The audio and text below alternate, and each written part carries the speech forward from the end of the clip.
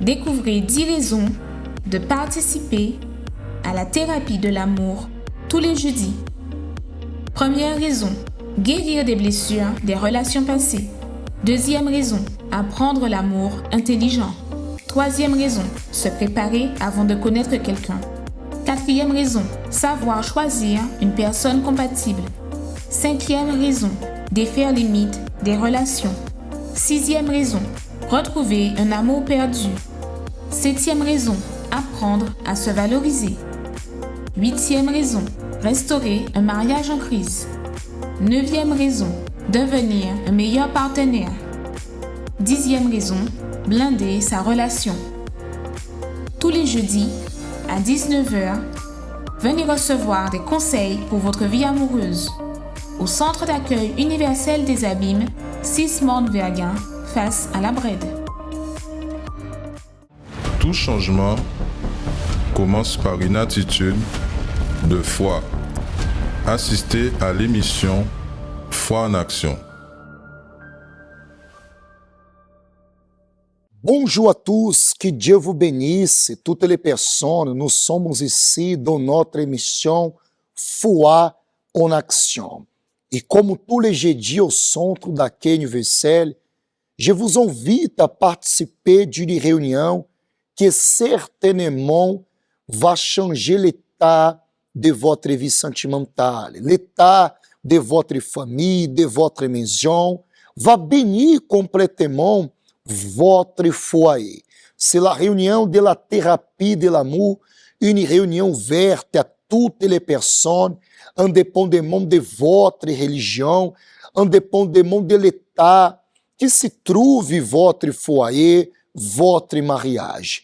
Une réunion que vous aurez la bonne direction et que vous le savez que tous les jeudis, au Centre d'accueil universel, cette réunion tente de bénir pas mal de personnes, car toutes les personnes qui sont disposées à venir dans la thérapie de l'amour, peu importe, soit quelqu'un marié, célibataire, veuve, divorcé, fiancé, la thérapie de l'amour, c'est pour toutes les personnes qui veulent avoir le bonheur au sujet de la vie sentimentale. Et nous sommes en train de vivre dans la thérapie de l'amour ce propos de ne pas fermer le cœur. Combien de personnes, à cause d'une trahison, d'une frustration, peut-être ils étaient trompés, peut-être ils étaient blessés au sujet de la vie sentimentale, et aujourd'hui sont des personnes qui ils ont fermé le cœur pour la vie sentimentale. Des personnes qui ils ont du mal à croire qu'un jour sa vie sentimentale peut être réalisée. Des personnes qui parfois ils ont du mal à croire que l'état de son mariage peut changer. Quelle que soit la difficulté que vous êtes en train d'affronter au sujet de la vie sentimentale, je vous invite à être présent ce jeudi à 19h à la thérapie de l'amour. Vous allez comprendre de A à Z comment faire pour avoir une vie sentimentale réalisée. À l'exemple de ce témoignage que je vais vous laisser maintenant et tout de suite après, je reviendrai avec vous. Bonjour, je m'appelle Milor. Bonjour, je m'appelle Stéphania et ça fait 2 ans que nous sommes mariés. Oui, avant d'arriver au centre d'accueil, j'étais un jeune colérique suite à la perte de mon père. En gros, mon père, il était tôt pour moi. Donc, j'ai perdu ses repères. Donc, puisque j'étais le seul garçon, ensuite, je suis arrivé ici. Donc, j'ai pas connu ma maman. Après, je devais apprendre à connaître ma mère. Puisque j'ai pas grandi avec ma maman. En gros, ça veut dire que j'ai pas connu cet amour mère et fils. Et ensuite, qui fait que je me suis retrouvé dans un foyer. C'était après, quand je suis arrivé dans les foyers, c'était un peu compliqué dans le sens que je me suis senti abandonné. Et mon père me manquait tout ça, du coup, qui fait que j'ai sombré. J'étais vraiment vide. J'étais vide on me faisait des propositions qui soient au fait la drogue, tout ça, alcool. Donc j'ai accepté tout juste pour les faire plaisir. Bah c'est à ce moment-là j'ai rencontré Stéphania. Après j'ai décidé d'aller vivre chez elle. Au début tout se passait bien. Après tout nouveau, c'était tout beau. Après après les choses commencent à s'aggraver. Après, c'était un dispute, un bagarre, et je la valorisais pas. C'est à ce moment-là j'ai reçu cette invitation, et ensuite on est venu. Enfin, moi, je suis venu au centre d'accueil. Je commençais à connaître les travails, tout ça du centre d'accueil, et ensuite, par la suite, Stéphania, elle est venue, elle m'a suivi. Moi, auparavant, j'étais une jeune très solitaire. J'avais de mauvais sentiments. J'avais des sentiments négatifs. J'étais envieuse. Et parce que moi, j'ai pas connu une famille ordinaire, une mère et un père. Et quand j'ai connu ça, à l'âge de mes 19 ans, mon père, il est décédé. Donc, c'est là à créer encore plus de la colère, de la vengeance. Je voulais me venger de tout le monde. Je voulais voir que tout le monde soit triste comme moi. Et je sombrais en dépression. J'ai buvais beaucoup d'alcool, mais beaucoup d'alcool pour oublier la perte, pour oublier la douleur de mon père. Et puis après l'alcool, il y a la nourriture. Je mangeais beaucoup, je m'enfermais dans le noir pour manger. Je suis arrivée j'ai bu de l'eau de Javel. Je fais une tentative de suicide. Je me suis retrouvée en psychiatrie et je suis restée très longtemps. Et après, à la suite, je suis sortie, et c'est là que mon petit ami de l'époque m'a invité, qui est Milor, qui est devenu mon mari maintenant, qui m'a invité à participer aux réunions au centre d'accueil universel. On n'avait rien à perdre, on avait tout à gagner, donc on a commencé à participer aux réunions, mais surtout la réunion de vendredi, parce qu'on voulait être libre, parce que comme il disait, lui aussi, il était vide, et moi, j'étais vide à l'intérieur. Donc, on a commencé à apprendre à manifester notre foi. On vivait dans la même maison, mais on s'est séparés tant qu'on n'était pas en ordre devant Dieu. On voulait pas avoir des relations, des rapports. Donc, on s'est séparés le temps du mariage. Après les sacrifices, nous nous sommes quand même mariés, parce que il y a eu beaucoup de luttes, il y a eu beaucoup de complications venant de nos familles. Mais grâce à Dieu, on a eu le mariage qu'on voulait, et on est parti en lune de miel. Au retour de cette lune de miel, j'étais toujours aussi vide. J'étais mariée, j'ai eu un beau mariage, j'ai eu plein d'autres choses, mais j'étais vide. Il me manquait la présence de Dieu. Donc c'est là que j'ai décidé de me consacrer, de me redonner à nouveau à Dieu. J'ai oublié toute autre chose, mais je me suis consacrée moi et Dieu. Donc, j'ai demandé pardon aux personnes où je devais demander pardon. Je me suis éloignée de tout ce qui était nocif, négatif pour moi. Et je me suis consacrée à la recherche du Saint-Esprit. Et j'ai reçu le Saint-Esprit. Et quand j'ai reçu le Saint-Esprit, plus rien ne me préoccupait. Avant, j'étais très dépendante de ce que les autres disaient. Mais là, j'étais bien, j'étais en paix. Et je voulais avoir l'intimité, être plus proche de Dieu et me rapprocher plus de lui. Je cherchais le Saint-Esprit plus souvent, je lisais plus souvent la Bible, je méditais. Je voulais pas perdre mon Saint-Esprit.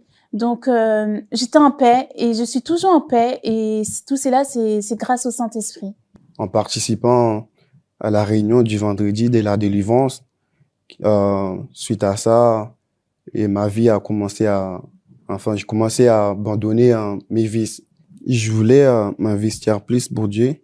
Donc c'est là je me suis donné comme corps, âme, esprit lors d'une veille. C'est là que j'ai reçu le baptême du Saint-Esprit. Donc en gros, qui fait que j'étais plus ces jeune qui était vide, qui était rempli des addictions. En gros, Dieu m'a baptisé de son esprit. C'est la chose la plus merveilleuse. Mais malgré tout ça, c'était pas encore ça dans notre mariage, parce que on s'était mariés avec des bagages bien remplis. On s'était pas dit ce qu'il fallait dire avant le mariage. Donc, on a décidé de sacrifier ensemble pour restaurer notre mariage. Parce que j'étais arrivée à la limite des divorcés. On a pris du temps, on a discuté, on s'est dit les choses vraiment, sincèrement.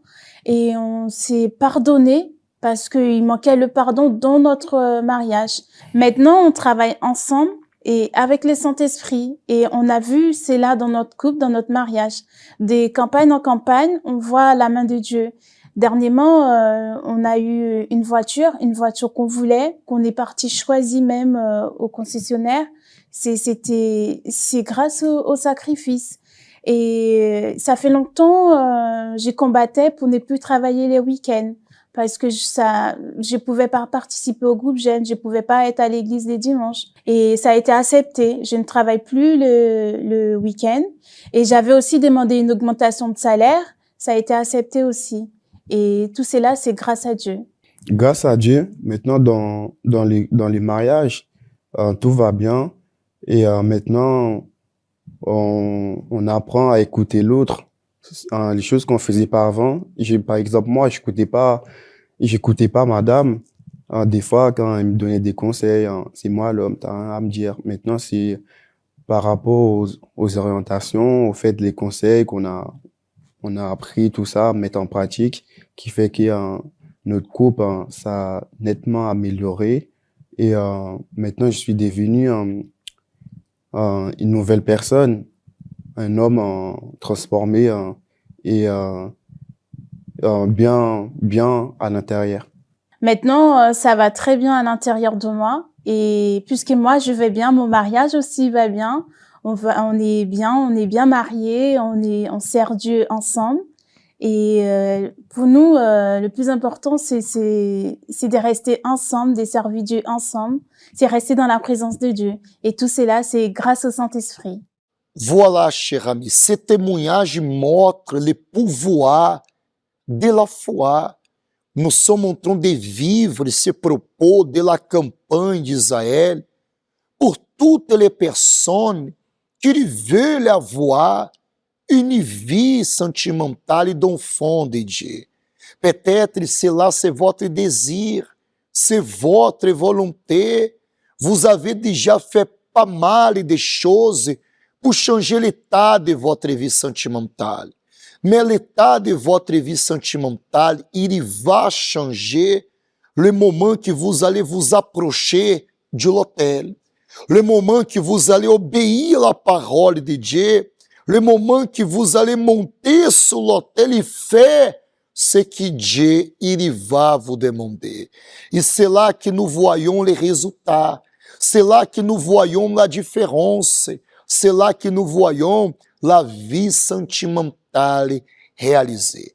Indépendamment de votre religion, indépendamment de la situation à laquelle se trouve votre vie sentimentale, c'est possible. C'est à vous de prendre la décision de venir au centre daquele versículo e d'agir votre foi. Et le jeudi à 19h, dans la thérapie de l'amour, dans notre adresse au 6 Morne Vergan, la route des abîmes, c'est une opportunité que vous avez de venir, d'agir votre foi et d'avoir une vie sentimentale réalisée. Je vais vous laisser un spot qui parle un peu plus de la thérapie de l'amour et tout de suite après, je reviendrai avec vous. Découvrez 10 raisons de participer à la thérapie de l'amour tous les jeudis. Première raison, guérir des blessures des relations passées. Deuxième raison, apprendre l'amour intelligent. Troisième raison, se préparer avant de connaître quelqu'un. Quatrième raison, savoir choisir une personne compatible. Cinquième raison, défaire les mythes des relations. Sixième raison, retrouver un amour perdu. Septième raison, apprendre à se valoriser. Huitième raison, restaurer un mariage en crise. Neuvième raison, devenir un meilleur partenaire. Dixième raison, blinder sa relation. Tous les jeudis à 19h, Venez recevoir des conseils pour votre vie amoureuse au Centre d'accueil universel des Abîmes, 6 Morne-Verguin, face à la Brède. La thérapie de l'amour, elle est là. Voulez-vous transformer l'état de votre vie sentimentale? Voulez-vous être guéri de toutes sortes de blessures au niveau de la vie sentimentale? Voulez-vous avoir une vie sentimentale que peut-être vous n'avez pas vue dans la vie de vos parents, dans la vie de vos êtres chers? Tout cela, c'est possible. Mais c'est à vous de prendre la décision, de venir ce jeudi, d'écouter la direction qui va sortir de la parole de Dieu et de mettre en pratique. Et c'est là, cher ami, que tout va changer. C'est là que vous allez voir le pouvoir de Dieu s'accomplir. C'est là que vous allez voir en avant et en après. Mais tant que vous ne venez pas, tant que vous ne mettez pas en pratique, c'est impossible. Et combien de personnes, ce que nous voyons, c'est que vous êtes en train d'insister avec la force du bras à changer l'état de votre mariage, de votre vie sentimentale, et jusqu'au présent, vous n'avez pas réussi. Et vous savez pourquoi? É seulement possible à travers de la parole de Dieu. Lorsque vous mettez la parole de Dieu en pratique, lorsque vous agissez votre foi, c'est là que vous allez voir l'impossible devenir possible. Ce n'est pas le moment de baisser les bras, ce n'est pas le moment de désister. Venez ce jeudi, mettez votre foi en action et vous allez voir la parole de Dieu s'accomplir. En cet instant, je vais vous laisser une spot et tout de suite après, je reviendrai avec vous car nous allons réaliser la prière en votre faveur. Et à travers de cette prière, certainement, Dieu va vous donner la force, la condition d'être présent au centre d'accueil universel. L'amour a frappé à votre porte. Vous vivez la relation dont vous avez toujours rêvé. La compagnie idéale pour votre vie, votre moitié. Mais au final, qu'est-il nécessaire d'avoir pour maintenir une bonne relation, joyeuse et à l'épreuve de tous les problèmes? Souvenez-vous qu'avant de se disposer à aimer quelqu'un, vous devez vous aimer premièrement. Ne commencez pas une relation dont vous savez qu'elle va vous faire souffrir et seulement vous dévaloriser. Ne vous liez pas non plus à quelqu'un juste pour combler quelques moments moins agréables de la vie. Savoir être seul fait aussi partie de la préparation pour avoir une relation saine. Pour cette raison, ne soyez pas pressés. Votre bonheur est construit par vos conquêtes, par vos joies, mais surtout et essentiellement par les personnes qui vous entourent. Pour l'être humain, il est impossible de vivre sans socialiser. C'est ainsi qu'il s'épanouit. Mais avoir des amis et une famille implique aussi de savoir se plier. Dans les relations sentimentales, cette recette se répète.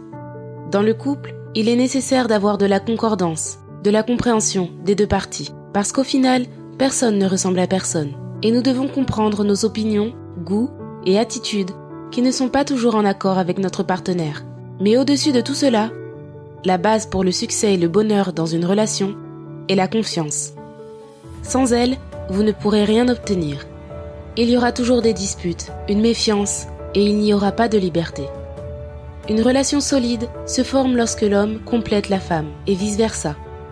Là où il y a l'amitié, il y a de l'amour. L'important est de pardonner, valoriser chaque moment passé ensemble. Et vous, avez-vous des problèmes dans votre relation ? Faites une petite rétrospective de tout ce qui s'est mal passé, afin de réussir à comprendre ce qui doit changer. Parfois, il est nécessaire de donner un pas en arrière, pour en faire deux en avant.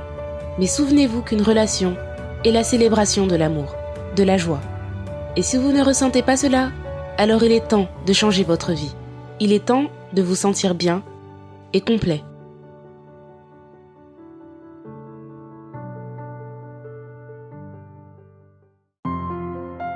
La prière, c'est lui qui permet de nous faire un seul éveil, bon Dieu. Éveil, nous qu'a brisé toute marage qui a lié en nous, l'homme qui a persécuté nous. et nous qu'a trouvé vrai sens à la vie. Ces moments à la prière, nous qu'a parlé avec bon Dieu.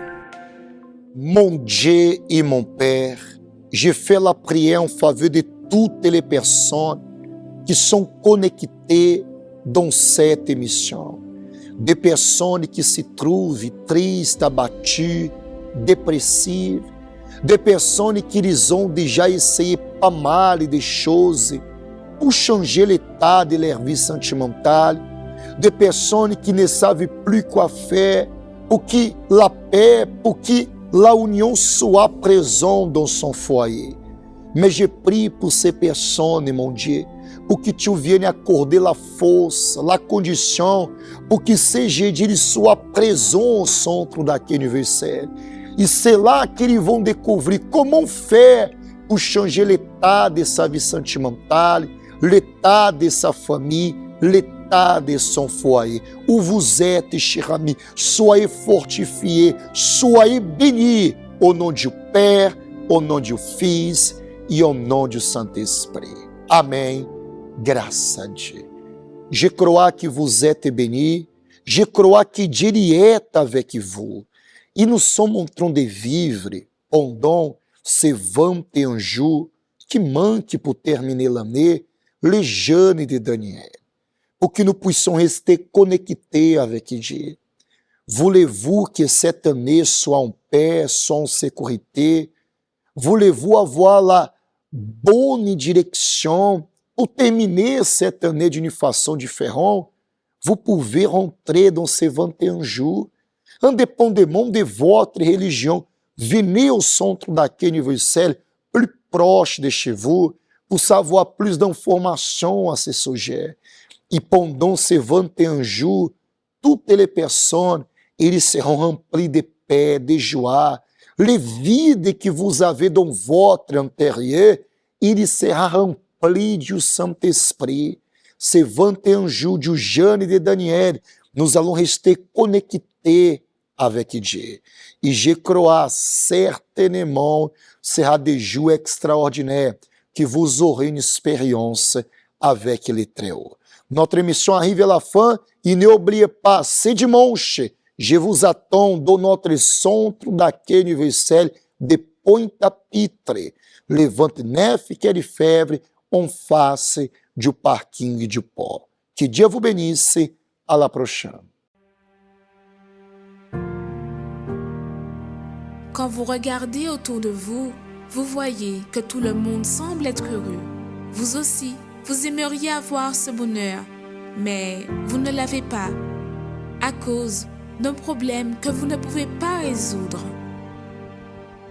Chaque humain affronte des situations qui sont difficiles, mais dans de nombreux cas, peu importe à quel point vous essayez, vous voyez que seul, vous ne pourrez jamais les surmonter. Quelle est la situation qui enlève votre paix? Votre santé fragile ou celle des membres de votre famille? La division dans votre foyer? Les portes qui sont fermées? Les vices? Mais même quand tout semble perdu, sachez qu'il y a une solution, une clameur, un lieu de guérison où les miracles arrivent dans la vie de ceux qui croient. Ne manquez pas cette occasion de changer l'histoire de votre vie. Tous les jours, trouvez une porte ouverte pour résoudre votre problème. Lundi, recevez une orientation pour votre réussite financière.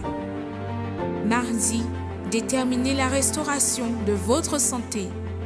Mercredi, renforcez votre communion avec Dieu. Jeudi, clamez pour votre famille et votre vie sentimentale. Vendredi, venez chercher la délivrance spirituelle. Samedi, priez pour tous les cas qui sont impossibles. Et dimanche, commencez la semaine avec la bonne direction de Dieu. Universel d'Homme, en Ouaille. Connaissez-vous nos centres d'accueil universels ici dans les Dômes?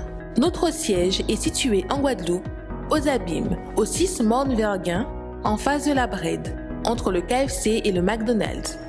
Nous avons aussi nos centres d'accueil à Pointe-à-Pitre, au 29 quai Lefebvre, en face du parking du port.